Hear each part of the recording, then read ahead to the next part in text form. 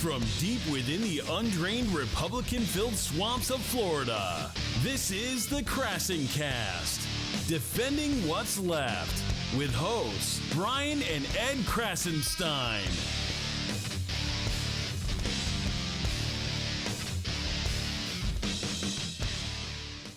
And welcome to KrassenCast.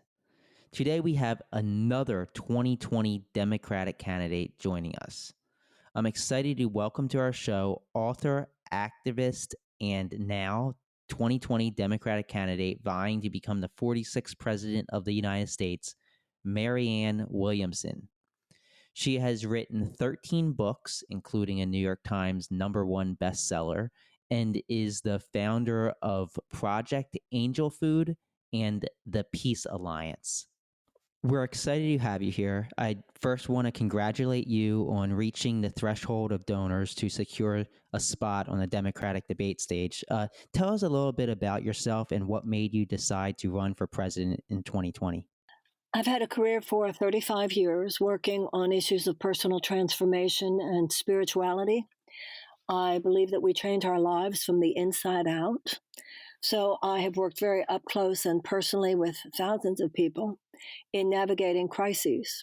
And we do that when we are willing to be very honest with ourselves, to look very deeply at the issues in our lives, to take a fearless moral inventory, to admit the exact nature of our character defects. It's that kind of work I've done with people because it's the only level of work that really changes your life. And all that a nation is a collection of individuals. So I've been concerned, obviously, as millions of people have been concerned for a very long time, about how the United States has swerved from its values, how the erosion of our democracy, the erosion of our humanitarian core has been such a constant pattern over years. But it was the election of Donald Trump that, for me, like for millions of people, put me in a whole different place. I think millions of us have asked the basic question, which is the only relevant question in a moment like this: how can I best serve? And so when Trump was elected, I moved from deep concern and activism. It's not like I haven't been a political activist, because I have been, but to a place where when I answered that question for myself, how can I best serve? This is what emerged for me.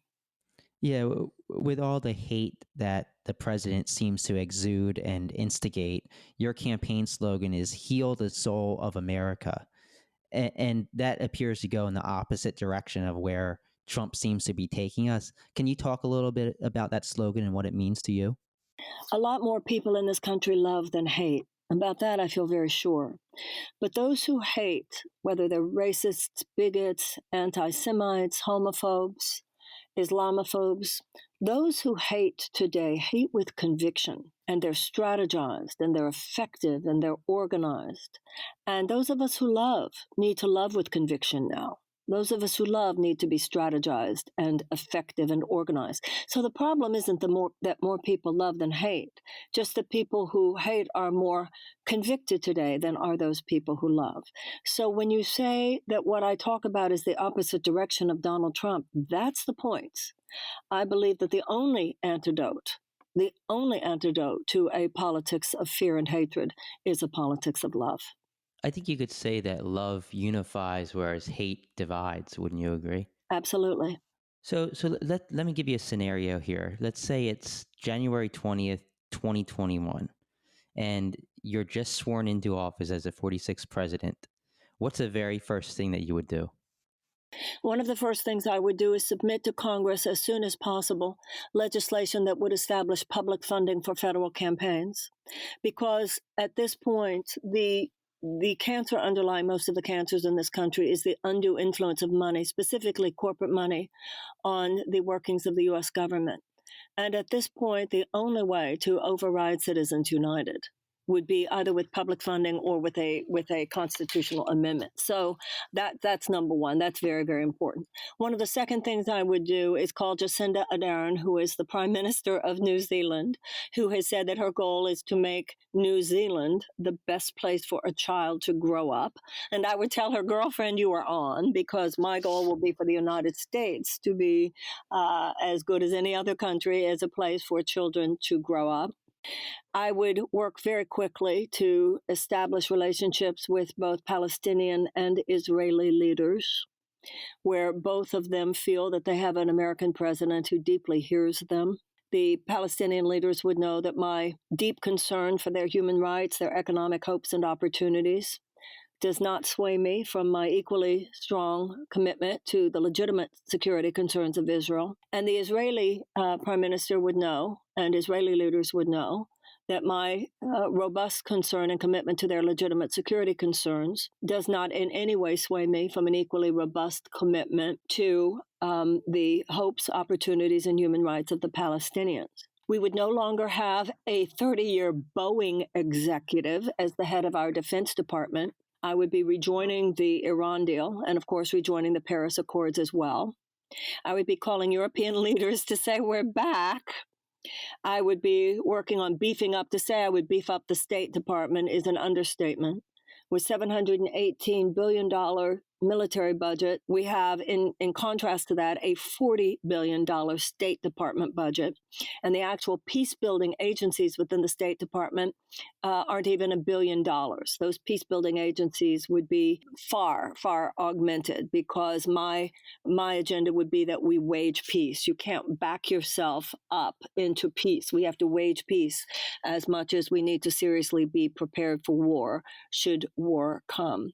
And also, we would have a world-class humanitarian, not the ex-CEO of Exxon, as was first appointed in this administration.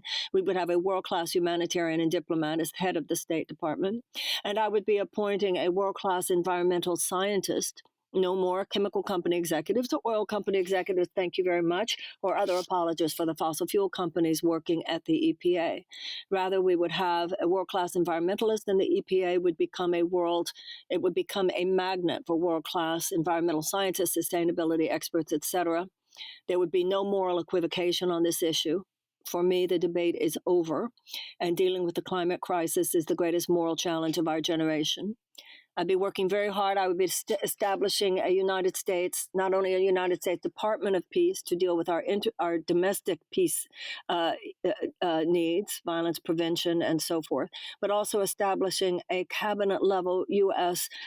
Department of Children and Youth in order to address the fact that millions of American children live in chronic trauma. Millions of American children go to school every day in schools that don't even have the adequate school supplies to teach a child to read. And if a child cannot read by the age of 8, the chances of high school graduation are drastically diminished, and the chances of incarceration are drastically increased. Also, if I had time during that first week, I would get to work on establishing and determining the formation of the Reparations Council, a board of trustees with which we would negotiate and then begin to disperse over a period of 20 years, of course, reparations for slavery. It sounds like you'd have a busy first week. I want to touch on a few of those things you talked about. First, you have actually come out in support of the Green New Deal. Why do you think some Democrats are hesitant to do so? Well, I don't want to, I really can't speak to the motivations of other Democrats. That's not what I'm in this game for. But I will tell you this. Anybody who is talking about symptoms but not willing to address the deeper cause, that's somebody who has no real intention or plan to solve the problem. And when I mentioned before about how I lack any level of moral equivocation regarding the climate crisis, you can't be for the kind of fundamental needed response to the climate crisis and be playing footsies with the fossil fuel companies under the table at the same time. Yeah, that makes sense. How about this? You talk a lot about slavery reparations. Why is this such an important issue to you? How would your plan work, and what would it ultimately accomplish in your mind? I want to help the United States pave the way to a brilliant future. And you cannot have that unless you're willing to clean up the past. My whole campaign is about America having a deep and honest conversation about itself. We need to stop with the superficial look at who we are. We need to take a deep and honest look at who we are in order to transform.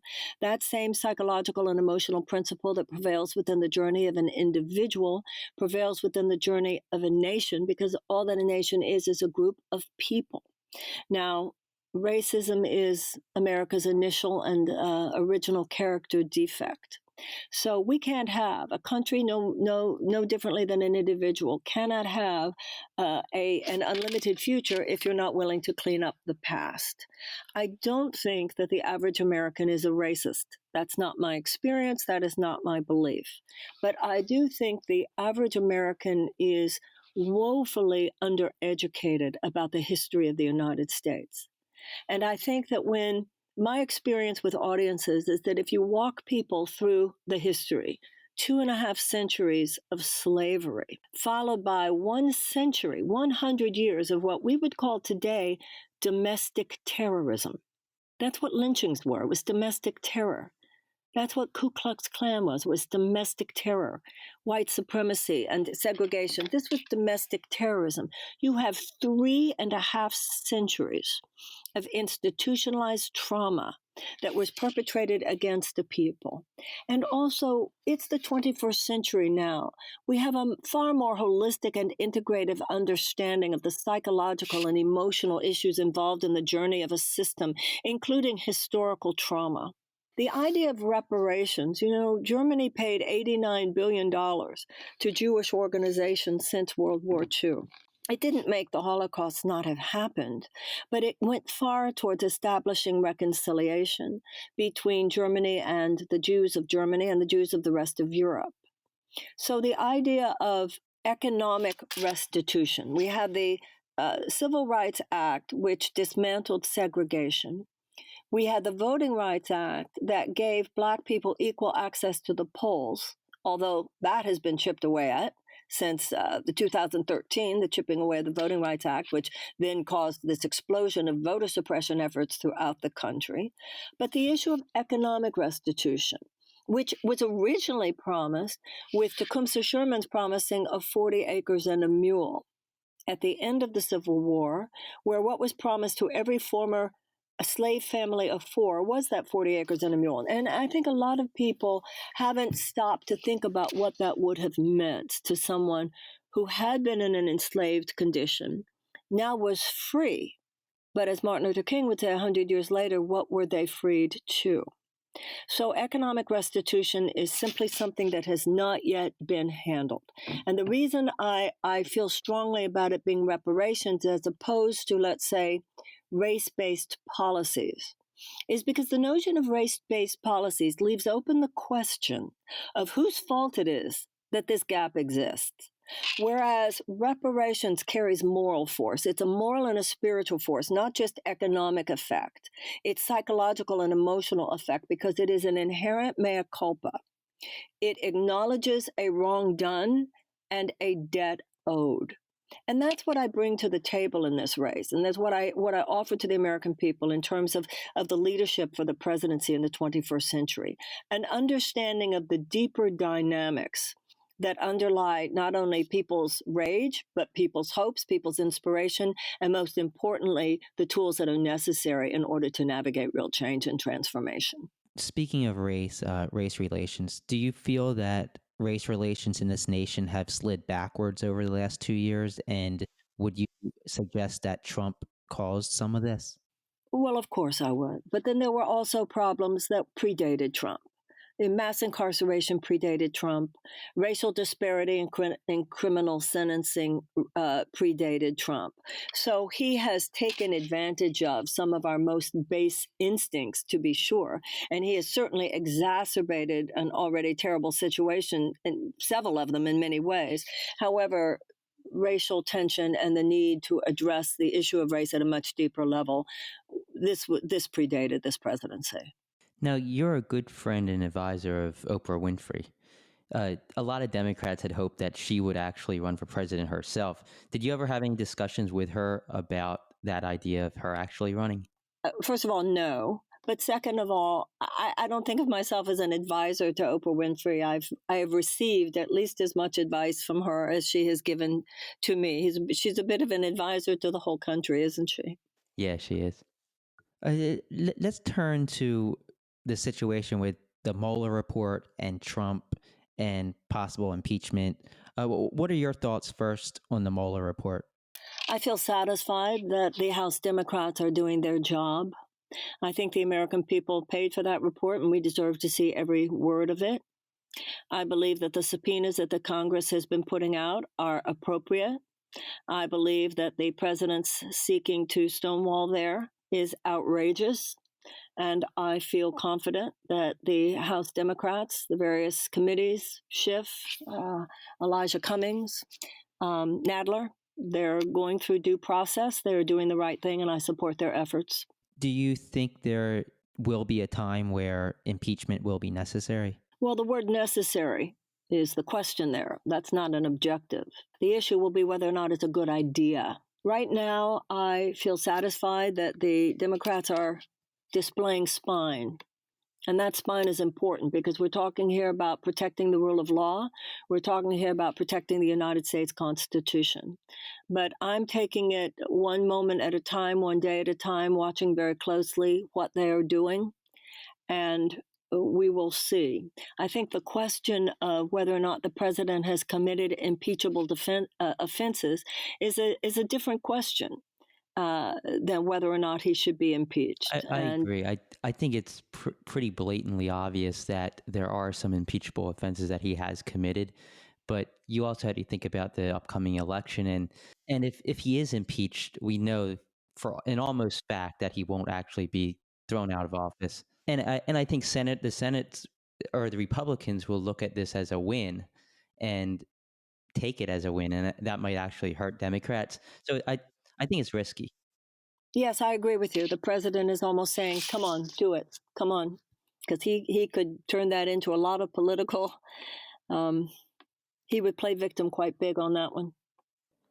While we're on the topic of President Trump, you supported Trump's actions with China, pointing to the fact that China has been taking advantage of us in trade for many, many years. Do you feel that Trump took things too far this last week when he implemented tariffs and pushed us further into a trade war? And how would you handle a situation differently? What you were just saying is the point, and so thank you for bringing up the issue of his specific actions. What I supported and what I do support is standing up to China. I didn't say I supported his specific actions. I said that I support someone taking a stance because this has got to stop. The way that China has been taking advantage of American companies. So that is what I supported. In terms of the very blunt instrument that the president has used, yes, I have very deep concerns that this might have been too much. When he says that he's going to give $15 billion to the farmers as compensation, I'm not so sure of that, because last time when he said that that's what happened, very little of that trickled down to the actual farmers in America. And I think that the problem goes deeper than just trade. We have companies that go over there and that in order to do business with China, agree to share what should be seen in some cases as state secrets. It shouldn't just be military technology that we don't share. A lot of things have to do with the ultimate security of the United States. We have a situation where China, for instance, has been able to outbid American companies to build the subway in Washington, D.C. The Chinese are very smart. They don't have to send men into battle. All they have to do is to send trade negotiators into a room where the Americans are so slavishly and addictively devoted to short-term corporate profits that they can't see the forest through the trees. I think it's interesting you mentioned how Trump is saying he might sort of bail out farmers because they're being hurt by his trade war. But Republicans have in the past said that these bailouts are quote unquote socialism, yet when Trump does it, it's okay. Well, that's true about a lot of things, isn't it? Including deficit spending. Yeah, that's a really good point. I actually made a tweet earlier today showing Trump in 1999 saying that he's pro-choice. Oh, yeah. It's so interesting you say that because one of the things that I find quite mysterious is that there are all kinds of interviews with him from the 1980s where it was like he was another human being, and a human being who I certainly would not have voted for president, but someone who I would not have expected to be who he is now. Yeah, I kind of get the feeling that he changes his views based on what he thinks is best for him rather than what he thinks is best for America as a whole. And he's just looking for votes and looking to see what's going to bring him the most votes and appease his base. You said you wanted to remove corporate money from politics and instead infuse spirituality. Why is this so important to you, and how do you plan to go about doing this? The principles of the Declaration of Independence, plus the principles of the Gettysburg Address, form what I think of as America's mission statement, that all men are created equal, that God gave inalienable rights to life, liberty, and the pursuit of happiness to all men, and that governments are instituted to secure those rights.